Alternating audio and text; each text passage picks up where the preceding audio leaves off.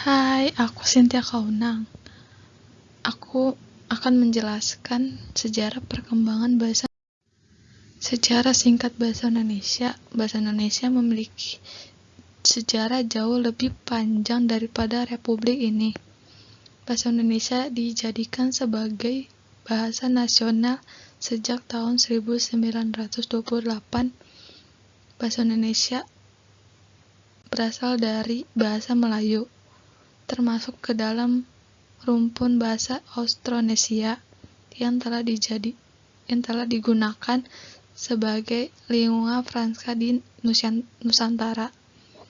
Pada tanggal 28 Oktober 1928, para pemuda dan pelajar mengikrarkan Sumpah Pemuda.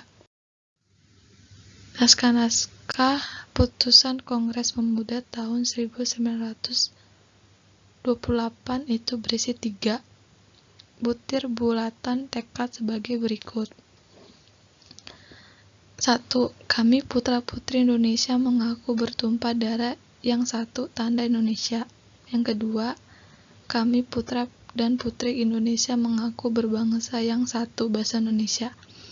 Yang ketiga, kami putra-putri Indonesia menjunjung bahasa persatuan. Nah, berdasarkan putusan Kongres Pemuda di atas tergambar begitu tingginya nasionalisme kaum muda dan pelajar pada masa itu untuk mengangkat derajat dan martabat bahasa Indonesia di Nusantara. Tanpa paksaan ataupun tekanan dari pihak manapun, kaum muda dan pelajar begitu berkobarnya semangat memperjuangkan kemerdekaan dan pengakuan bahasa nasional, yaitu bahasa Indonesia, di mata dunia. Seluruh bagian NKRI harus bersatu dengan tekad 28 Oktober 1928 untuk terus menjaga bahasa Indonesia sebagai bahasa persatuan. Selanjutnya, manfaat dan perkembangan bahasa Indonesia. Yang pertama, menginspirasi suatu pergerakan atau perjuangan yang saat ini dapat diaplikasikan dengan membentuk suatu organisasi dan ikut serta dalam organisasi untuk kepentingan umum.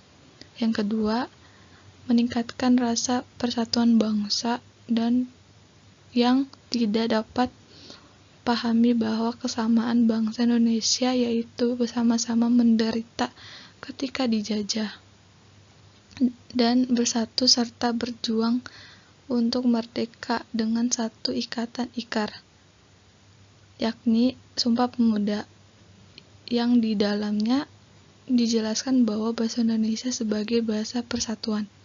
Yang ketiga, bahasa kepemimpinan. Meningkat rasa empan, memperluaskan pikiran dan pengetahuan serta dapat membantu dalam berpikir kritis. Peristiwa perkembangan bahasa Indonesia. Budi Utomo. Yang pertama Budi Utomo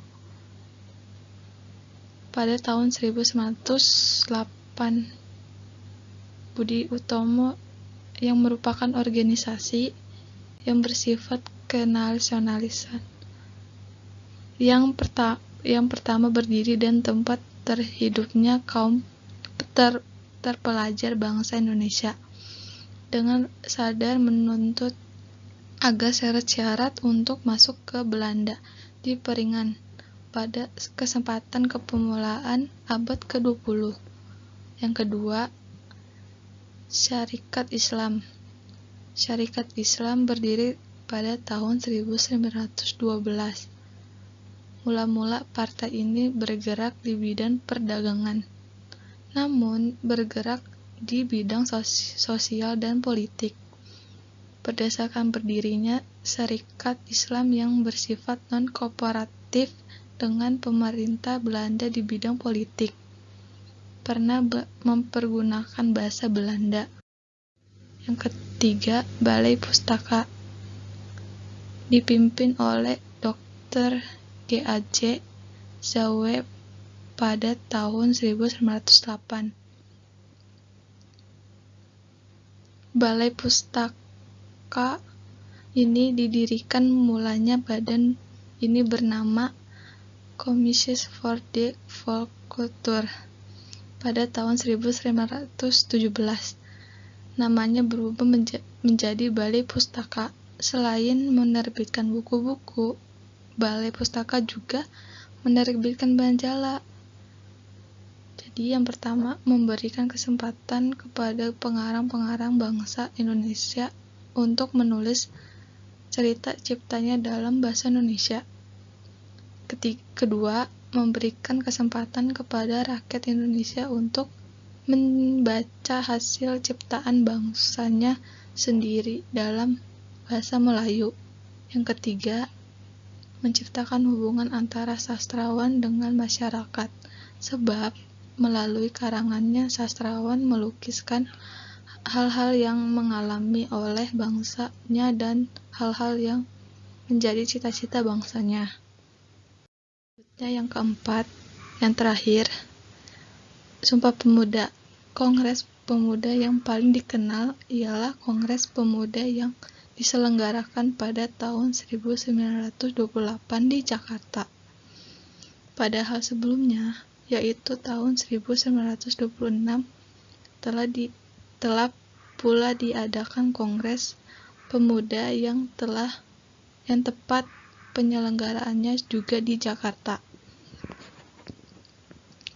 Berlangsung kongres ini tidak semata-mata bermakna bagi perkembangan politik, melainkan juga bagi perkembangan bahasa dan sastra bahasa Indonesia.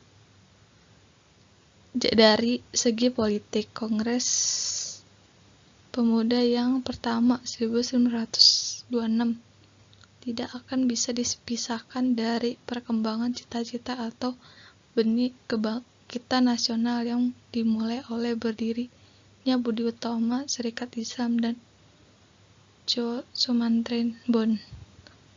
Sekian dari presentasi aku. Semoga